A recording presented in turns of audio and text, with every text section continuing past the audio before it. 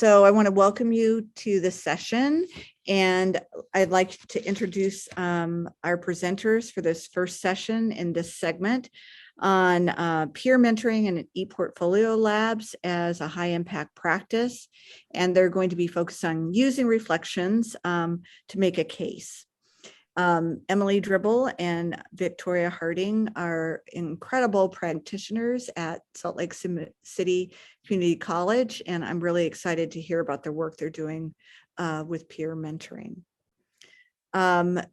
We want to encourage you to pose any questions you have in the chat function, and I'll be working at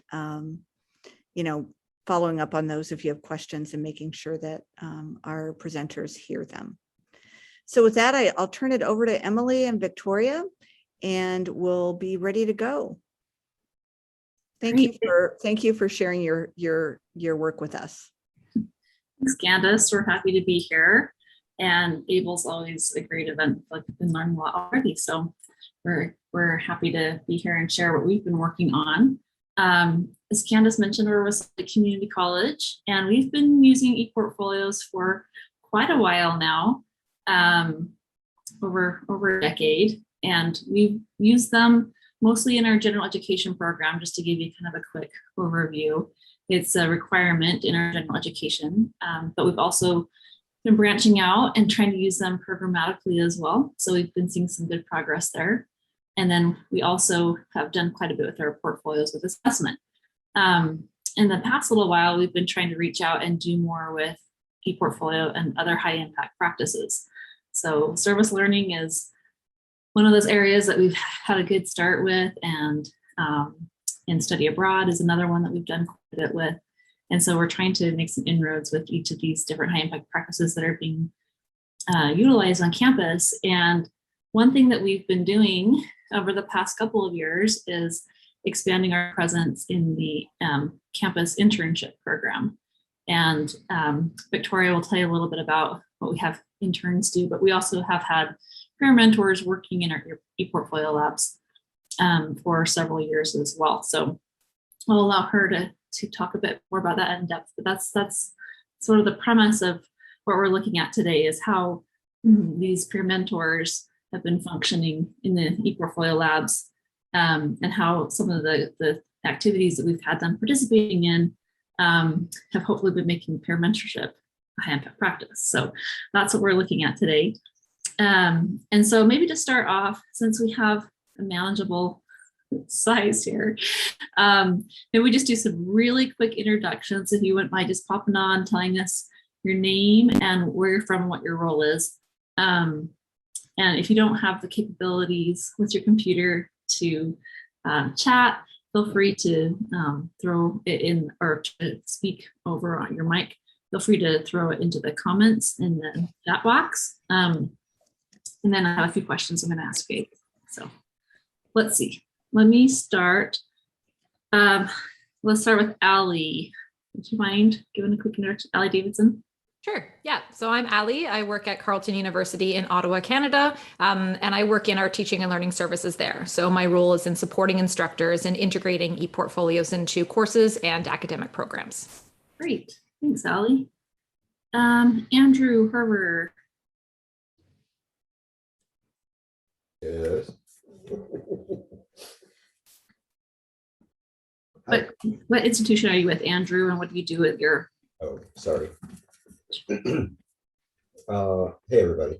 I'm at UNC Charlotte in Charlotte, North Carolina.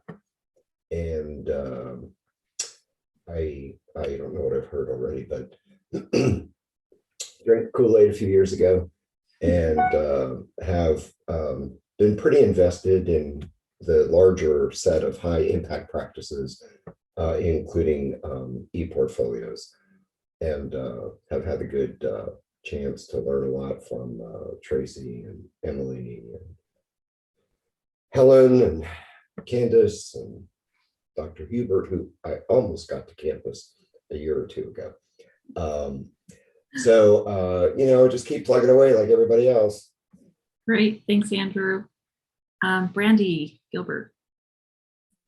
Hi, I'm Brandy from IUPUI. I'm the director of the Life Health Sciences internship program, and we use ePortfolio with our 75 interns, and we have some student ambassadors who also help with the ePortfolio and maintain their own from when they were an intern.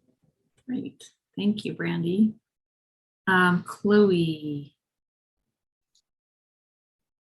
Hi, everyone. I work with Ali at Carleton University, and I'm an e-learning designer, but I'm newer to the ePortfolio world, so I'm happy to learn lots of stuff here.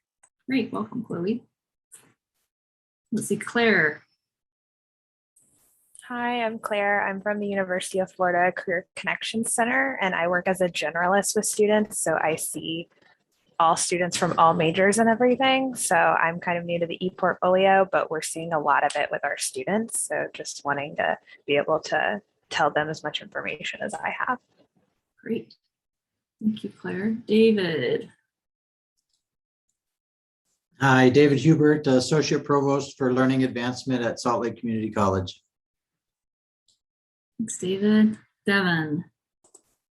Hi, my name is Devin Thomas. I'm at the University of Arizona, and I work with our new Office of General Education. And we're launching a new Gen Ed program in spring 22, and my role will be coordinating our ePortfolio course that students will be completing as a part of the general education program. Great, that's exciting. Let's see, Celeste. Hi, my name's Celeste Atkins. I'm also at the University of Arizona.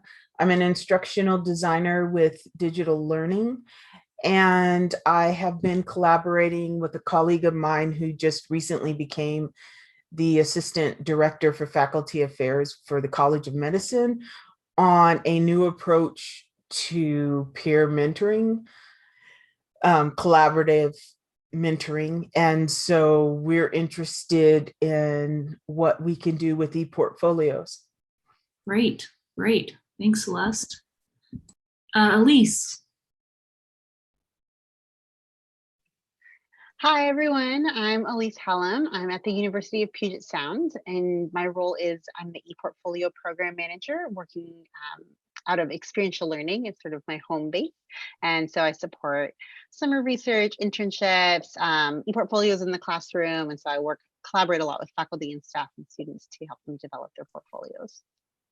Great. Thanks, Elise. Good to see you. Kathy. Hi, everyone. My name is Kathy, and I'm the coordinator for honors and interdisciplinary studies at Salt Lake Community College. Thanks, Kathy. Good to see you. Ryan. Hi, everyone. I'm Ryan Witt, Director of the Writing Center and First Year Seminar at the College of Idaho in Caldwell, Idaho, just outside of Boise. I guess I'm here largely because First Year Seminar, being one of 2 required courses across the institution's student experience, is a good place to get people, students particularly, on board, faculty as well, on board with ePortfolios. So we have an initiative going, and that's why I'm here, to learn a bit more about that and to get everyone kind of going in the right direction. So thank you. Great. It's a big undertaking. Sheila. Hi, my name is Sheila Maluli, and I'm a doctoral candidate at Portland State University. My interest in ePortfolio is kind of twofold. I'm using it as a tool for my multi-paper dissertation, and more about that in the next session, maybe a little teaser. And then my second point is I have a background in international education, and I've had the opportunity over years to see how ePortfolios are really a transformative learning tool for international students, and also a vehicle for communicating around the world their good work and their good learning. Thank you. Appreciate everybody doing that. It's always fun to hear where you are coming from and what you're doing and what you're working on. So appreciate it. So we're going to do a quick exercise here. Does everybody know where the reaction button is? On the bottom there? Okay, so I'm just going to throw out 2 questions.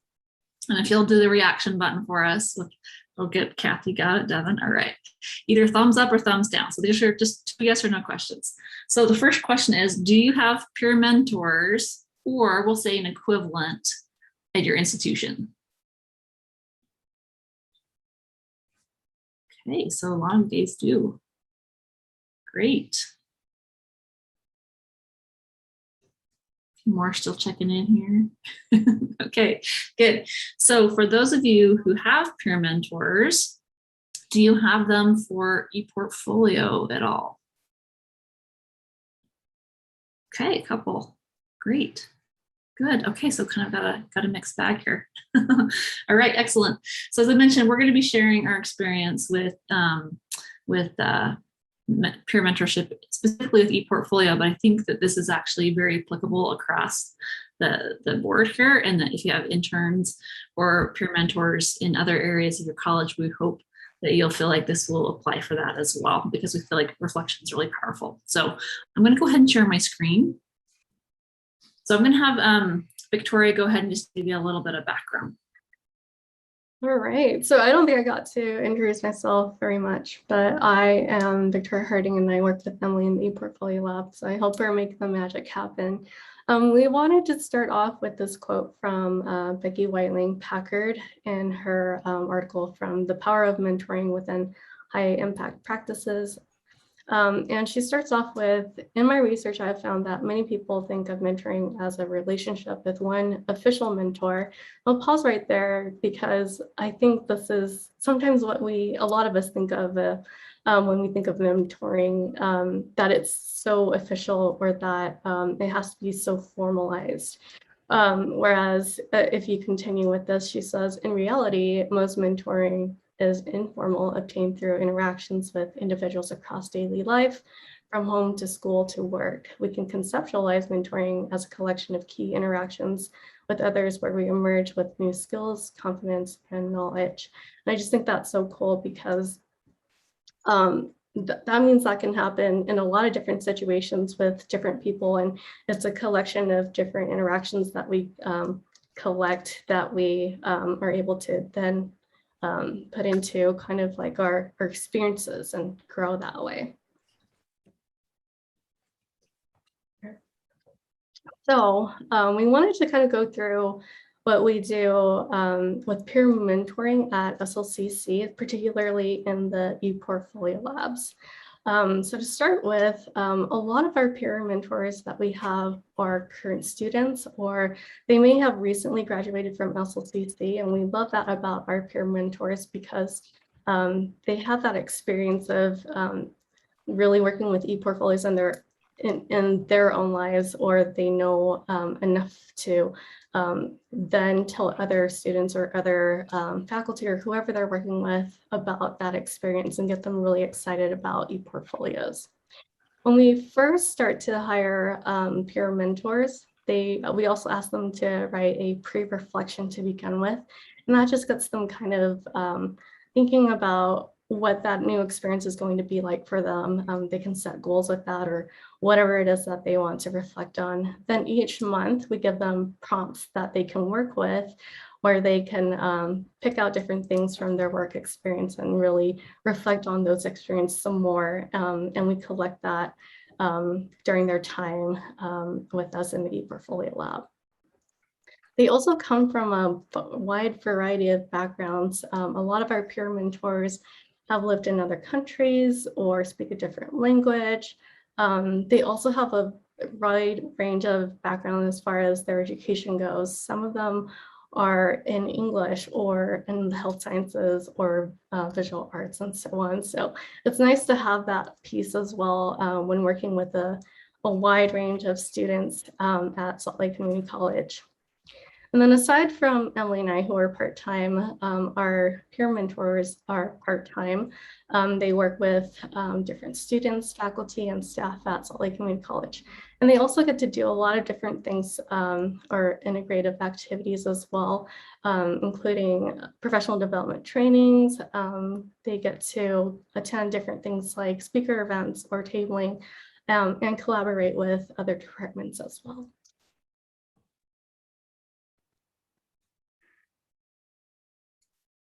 Okay, thanks, Victoria. And I'll just mention as well that when they do these reflections, we actually have them put them on their ePortfolio. We have a section on there called Learning Outside of Class, and they have a special area under that where they're talking about their peer mentoring in the ePortfolio Lab, and then they include their monthly reflections on the portfolio. So that's how we actually have access to them as they share the portfolios with us. So a couple years ago, David Hubert, he was on the session actually, had mentioned that he heard about this deal reflection model and had been, I believe, at a conference where they'd spoken a bit about this. And so I give him full credit for coming up with this idea. But he said, this is something we should try. And so we started implementing it with our new hires and have done it ever since. And so after doing this for several years now, it's been fun to start to look back at these reflections and the growth that they've experienced. So the deal reflection model, I won't get too into this, but Dr. Patty Clayton of North Carolina State University was one of the early kind of developers of this idea. But it's the idea that students have an experience to start off with, right? Whether it's work or an internship or something educationally happening. And in the reflection, we ask them to describe their experience. So was this an interaction with a student? Was this teaching a workshop? Was this attending professional development? And then they're examining. So the D in deal is describe. E is examine, right? So then they're essentially reflecting back on this, right? And thinking about how that experience has impacted them academically or personally, or there are other perspectives that they can look at as well. They can think about, the interaction that went on, what went well. And then with the articulating learning, this is where they go through. And I think this is where a lot of the real deep reflection starts happening, because they start thinking about the skills that they were using. What's the skill set that was important here? Or maybe they start thinking about, here's a skill set I sort of wish I had for this situation. This would have come in really handy. And then this can lead to them setting additional goals. So we've had students who have had an experience and they've said, oh, wow, I realized through this experience that maybe my communication skills could be stronger, or it would be nice if I had practice a little bit more of my customer service skills, or maybe they needed a stronger background in a particular technical area. And then that helps them to see what they can do with gaining more experience with trainings or professional development, or just even working with Victoria and me to develop those skills and strengthen them. But they're looking back at how they're learning from that experience and what they want to do moving forward with it. So it's a cyclical process again. All right, and we do want to briefly go over some of the adjustments that we had to do for COVID-19. Obviously, it was an adjustment for everyone, but we really wanted to make sure that as we adjusted some of our practices, that we made sure we still be able to connect with all of our users, students, faculty, or whoever we were trying to help with, and make sure that was equitable in as many ways as possible as we could, and give them options. And so luckily we were still able to do a lot of the things that we were already had in place, such as in-person help. So we were shut down for a little bit, but I think it was about like June 2020, we brought back in-person help. And so we were able to help students that way through our appointment system and make sure that it was still safe to practice that. We also tried to make sure that we had video tutorials still up to date for students to utilize as a DIY option. And then we brought in virtual video meetings a lot more than we had in the past. So we did utilize it a little bit, but not to the extent that we did once COVID-19 was in. And that proved to be a really effective option for us, and students seem to really like to use the virtual video meetings as well. And then of course, keeping phone calls available as well. We didn't really utilize that a ton, but we did have lots of calls come in prior to COVID-19. We still encouraged in-person help because it is easier to kind of see what's going on with their screens and all, but we wanted to make sure that was still an option during COVID-19 in case students didn't have the option of using video meetings, or being able to come in person. And then some new things that we also incorporated were online workshops where we had very specific topics on certain times and days that students can just drop in. And those are really nice because then we could help like a large number of students at the same time, as well as extending some of our hours virtually on certain days, especially when we found that like towards the end of the semester, for example, students tend to want more help, and sometimes they just need those extended hours because they work during the day. And then opening up Saturdays as well was a really big thing for us because students seem to like to get help on Saturdays as well. Great. And throughout the whole course of this, our peer mentors were crucial in implementing it. So they really helped lead a lot of the innovation. They really helped lead through what we did with COVID, which we appreciated. And it was very insightful reading their reflections at this time and seeing their thought process as they were transitioning through this. And then as they transitioned back to more of a hybrid model where they're sometimes doing online and often back in person doing, appointment-based work with small enough numbers that we were keeping risk down. So just to do a quick review as far as looking at high impact practices, and this will come into play in a minute, we're going to have you take a look at some of these student reflections and give us some of your feedback and insights from them, what you're taking away from them.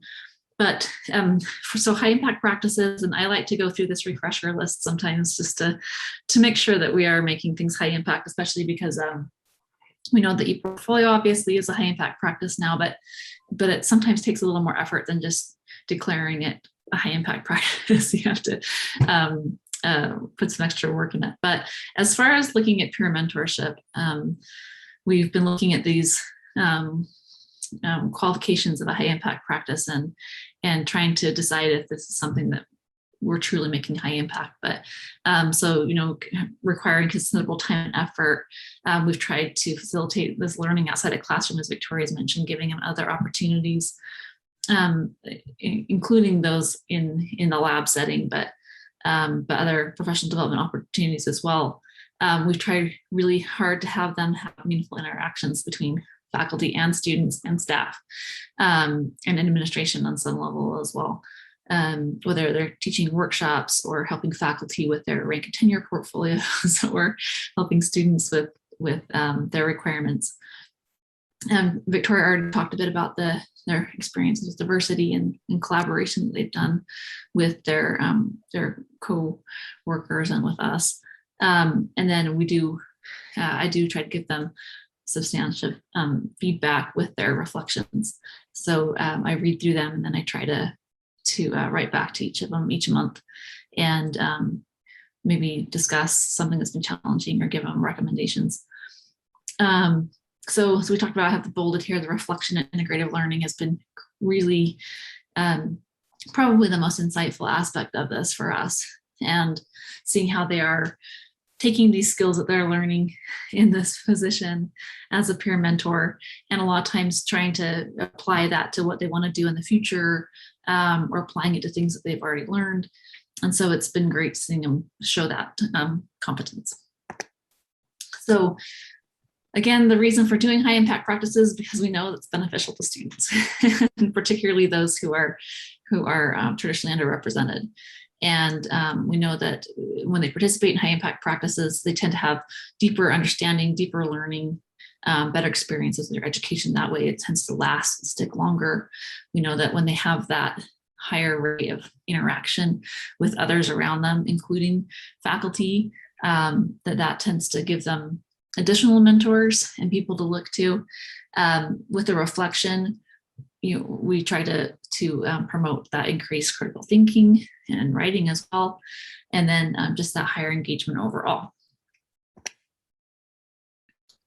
All right, so now that we know a little bit more about high impact practices and peer mentoring, we just wanted to give you guys some questions to consider as we move on to this next exercise. So I'll read them off to you just to prime you guys a little bit, and then we'll get more into what the exercise is going to entail. So think about, in what ways do you see connections between peer mentoring and HIPS?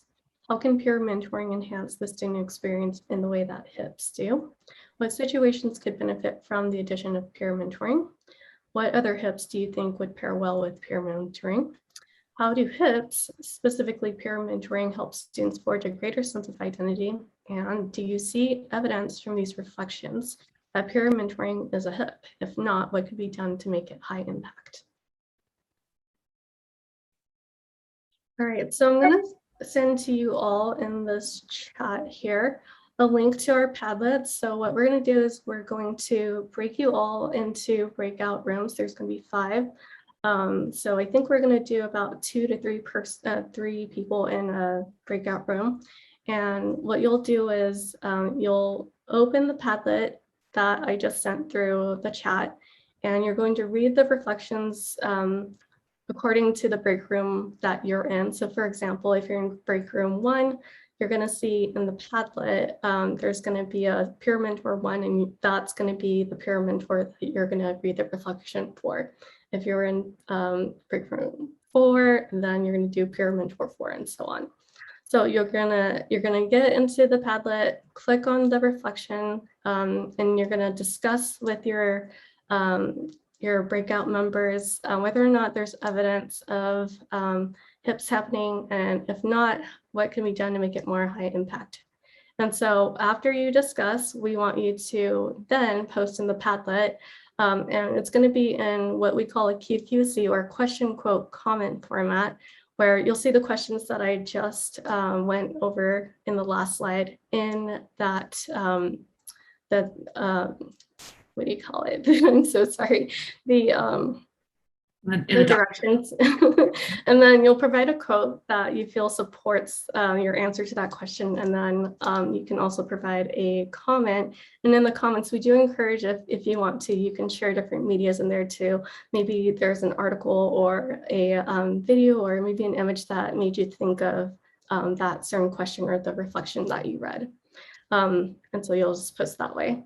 Emily, please go to the next slide, and I'll just give you a brief image of what this looks like. So you'll see kind of in the red box on top, you can click there to get to your reflections, and then the plus symbol at the bottom in the yellow circle, that's where you'll click to add your QQC.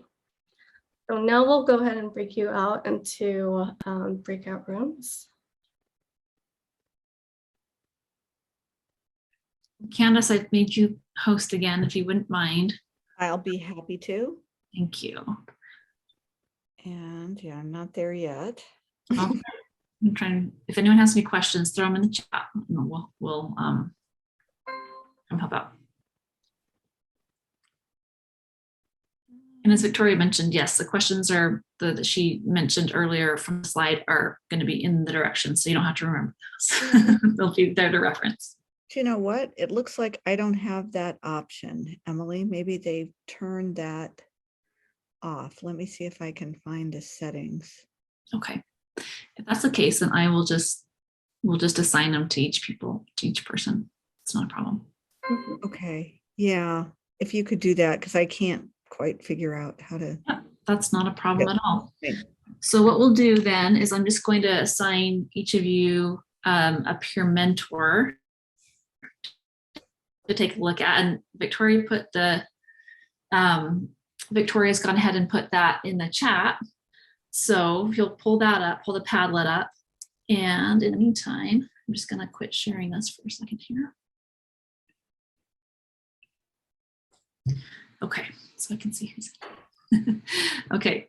So if we can have Claire and David take our peer mentor 1.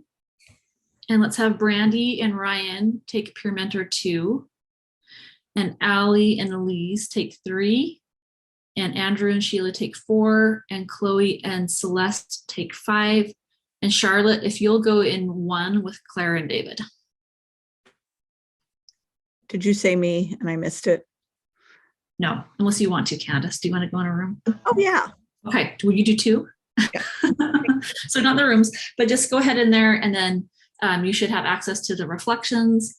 And then, as Victoria mentioned, think about a question that you're answering, pop out a quote that you feel supports it, and then go ahead and comment on that. Are you And- putting us in the rooms then, or? No, so we apparently don't have that functionality. Okay, But so just go ahead and click on the number of the student that we gave you. So you peer mentor 1. okay, so And then go ahead and read the reflections that are in there and do the. It'd be an individual activity instead of a group activity. Unfortunately, I was hoping you guys would have a chance to be able to collaborate and talk with each other, but we'll share ideas after. Okay, great. As Victoria mentioned, you can always refresh the Padlet and see the comments from others who are working on that same one or on the others as well. So I want to be able to leave some time for you to share your insights from this and what you found, and also give Candace a little bit of time. We'll do hopefully a couple quick Q&As that have been coming in, but then give Candace a few minutes at the end as well. So let's go ahead and just talk briefly about your findings with this. What are things that stood out to you? Things that you thought were insightful. I'm enjoying looking at what you're doing at University of Florida. That's great. Anyone be willing to share with the group one of the questions you answered or a comment you thought went well? I'm not shy. I'll talk. I looked at Peer Mentor 1 and was impressed that the reflection, they thought about how being a peer mentor was helping them in terms of being better able to articulate to students that they were communicating with, and being better, improving their public speaking skills when it looks like they were giving some presentations in classes that they were reflecting on. And I just think it's a practice that's congruent with ePortfolio pedagogy itself, and it gives students much needed practice on metacognition. And I just remember kind of being a student and having student jobs and internships, and I just was sort of overwhelmed with them. And I think I would have benefited at the time from being asked to sort of take a minute and reflect at the time. That's a great point. Thanks, David. Appreciate sharing. Any other? I can jump in with sort of a comment. I definitely saw that the student, I think I was looking reading number 3, like articulated growth and development over the course of the semester. But one thing that was really cool was they pointed to specific interventions in your peer mentoring program that really helped elevate and make transparent that growth process, both the ongoing reflection. They mentioned Clifton strengths. They mentioned Kathy's presentation, like things that sort of like helped to draw some attention to that growth process. And I think on our campus, we sometimes talk about, or at least our career and employment services departments, they make a kind of a similar case that student employment can be a high impact practice if coupled with sort of those general structures. So like, well, I think peer mentoring, because of its integrative nature and emphasis on reflection, definitely is maybe closer that way. But I think that kind of high impact work can happen in lots of different employment spaces. And so I love seeing that in that example, but I like to almost think more broadly beyond peer mentoring. Great, thanks, Elise. I agree with you on that. And I think that reflective component can really add a lot to it as well. And it's so broadly applicable. Great. And as you probably noticed, some of you, I know you didn't get a chance to read all of them, but some of these are doing deeper reflection than others. And some of them are a little more focused on the technical, right? Are there things that you saw that were happening that maybe could be improved to help make it more of a high impact practice? I know some of you guys were, I think, getting towards some of those comments. Any observations on that?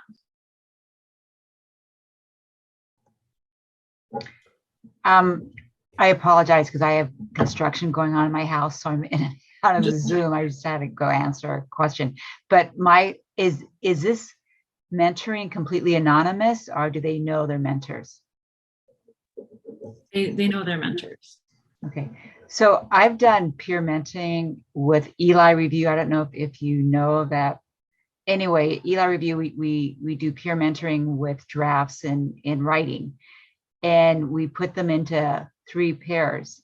No, not in pairs, we put them in threesomes. And what's really great about it is they don't know who their mentor is. And I get a lot of reflections from students saying how strong that is, because they don't know if it's a he or a she, and they know nothing about who their peer mentor is, and they really and they like that. They feel safe in that environment. I don't know if anyone else has ever had that experience. And that's a really interesting idea. Thanks for sharing, Charlotte. Yeah, ours do know that they're mentors, but that would be an interesting idea to have them not necessarily know who's doing the mentoring and see how that goes. I like that. Good. So David says, would a mix of reflection prompts work? Maybe some that elicit more technical responses and some that are designed to have the peer mentor think about the broader personal relevance of their work. So we do, I will say with the prompts we provide, we do try to mix things up. I let them choose what they want to focus on for that month. But yes, I think we could definitely do more with prompts that are being provided. Great point. I actually think it was really interesting to look back at the definitions of what a HIP did. I mean, that's the point of your session, right? Is that, maybe this is something we should be thinking about as a high impact practice. It really, I read several of them and it really, all of them kind of hit most of those. I was really interested to see that how the depth of reflection actually changed over time. With actually not much depth at the end, which it must mean just at the end of the semester, the end of the year. But those midterm reflections, it seemed like were really quite deep in terms of really understanding kind of the metacognition and integrative learning that seemed to be happening. Yeah. I don't know if that was the prompts or if it was just sort of the moment in time. Agree. And I think oftentimes in the moment in time at the end of the semester, they're hit with really busy, students coming in, a faculty, and everybody who needs help at once. And so maybe they aren't having as much time to do that reflective process there when it slows down a little bit. That's a good observation. But I really did love how deep they got. Yeah. Great. Well, thank you. I appreciate everybody's insights. We did have just a couple of quick questions. Let's see. Scroll back up real quick. I think it was, find it. I think it was Andrew who mentioned this. He asked if we would talk briefly about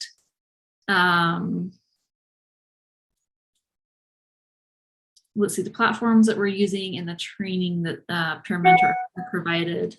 So we've used different platforms over the years. We've kind of done everything from the free Web 2.0 versions to a more commercial platform. We're currently using Digication. And so that's what we've been using for the past couple of years. And I don't know, Victoria, if you want to pipe in on that kind of training that we do for peer mentors briefly. Yeah, so what I usually do is I have a list of things that I go over with the peer mentors. I go through all the different things with them as I just check off my list. Usually it's a combination of demonstrating or having them look at tutorials or looking at examples and things like that, and just really working with them to just get it just right, depending on what their needs are. And we often check in, Emily and I check in with our peer mentors just throughout that beginning process to make sure that they feel good about what they're doing, and just, just everything that's in between. Anything I missed, Emily? Anything particular you're thinking about? No, and I will say that I think often that reflective process challenges them. But as someone mentioned in the Padlet, it's a great practice for them to be able to model that for students who are coming in and working on reflection. And that's one of the reasons why we have them have a specific section on their own portfolio to answer Andrew's question. They do have a portfolio where they are posting these reflections on their experience with the mentoring.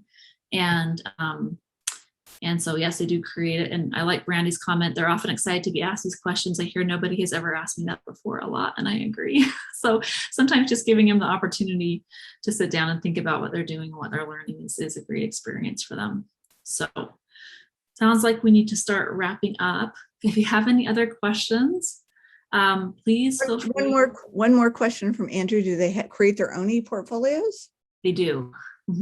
Yes, so they have their personal e-portfolios, which ideally they're using as examples as well. And they're using it for the technical aspect. We hope also equally important that they're using it for this reflective aspect as well. So great.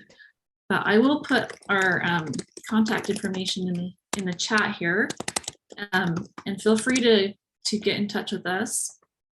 Victoria, do you want to throw your email in there? But feel free to contact us if you have any questions or thoughts or ideas or you want to discuss. Always love to hear from you. So great. And just in closing, I put several things in the chat. One is I would really encourage you to consider providing feedback on the conference at the forms that I added to the chat. Also, I encourage people to either use Twitter or to join the Slack channel that we have for this ABLE conference. Emily and Victoria, please join us because you can actually ask folks about, ask them some questions, and other people can get that information too. And then last but not least, I want to promote the Shark Tank idea, which is going to be fun. And I encourage you to think about joining us for pitching an idea and having our expert sharks judge your work and maybe win a prize. It'll be a good prize. But there's also connections to the portal. I hope you will continue to join us for our next session if you're around or interested. And then we will also see you tomorrow. And thank you so much, Emily and Victoria, for this great presentation. It was very thought-provoking. I learned a lot. Thank you. Thank you, everybody. Appreciate you coming. Thank you. Okay. See you later. Bye.